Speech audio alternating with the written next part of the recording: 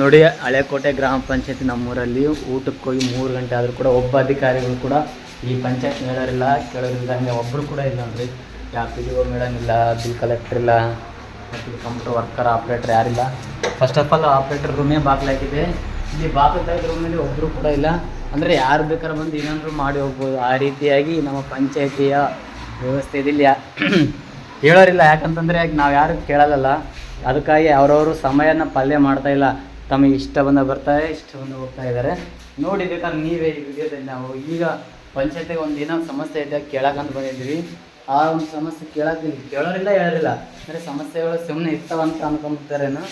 ನೋಡಿ, ಒಬ್ಬ ಅಧಿಕಾರಿನ ಒಬ್ಬರು ಕೂಡ ನಾವು ನೋಡ್ತಾ ಇದ್ದೀವಿ. ಇಲ್ಲಿ ಒಬ್ಬರು ಕೂಡ ಒಂದು ಚೇರ್ ಮೇಲೆ ಒಬ್ಬ ಅಧಿಕಾರಿಗಳು ಇಲ್ಲ, ಪಿ ಡಿ ಒ ಮೇಡಮ್ಸೇ ಇಲ್ಲ, ಇಲ್ಲಿ ಬಿಲ್ ಕಲೆಕ್ಟರ್ನವರು ಕೂಡ ಇಲ್ಲ.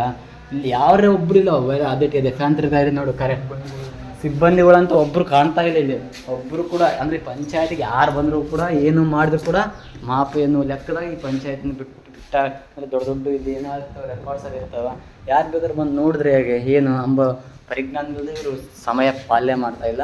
ಇದನ್ನು ನಾವು ಗಂಭೀರವಾಗಿ ತಗೊಳ್ಬೇಕು. ಎಲ್ಲರೂ ಕೂಡ ತಮ್ಮ ಸಮಯ ಪಾಲನೆ ಮಾಡಬೇಕು. ಆ ರೀತಿಯಾಗಿ ನಾವೆಲ್ಲರೂ ಸೇರಿ ನಮ್ಮೂರಲ್ಲಿ ಎಲ್ಲರೂ ಸೇರಿ ಹೇಳ್ಬೇಕು. ಒಬ್ಬರು ಸೇರಿದ್ರೆ ಅವ್ರು ಕೆಳದೇ ಇಲ್ಲ, ನಾವೆಲ್ಲರೂ ಸೇರಿ ಹೇಳೋಣ. ನೋಡಿರಿ, ಒಬ್ಬರು ಕೂಡ ಇಲ್ಲಿ ಏನಪ್ಪ ಇದು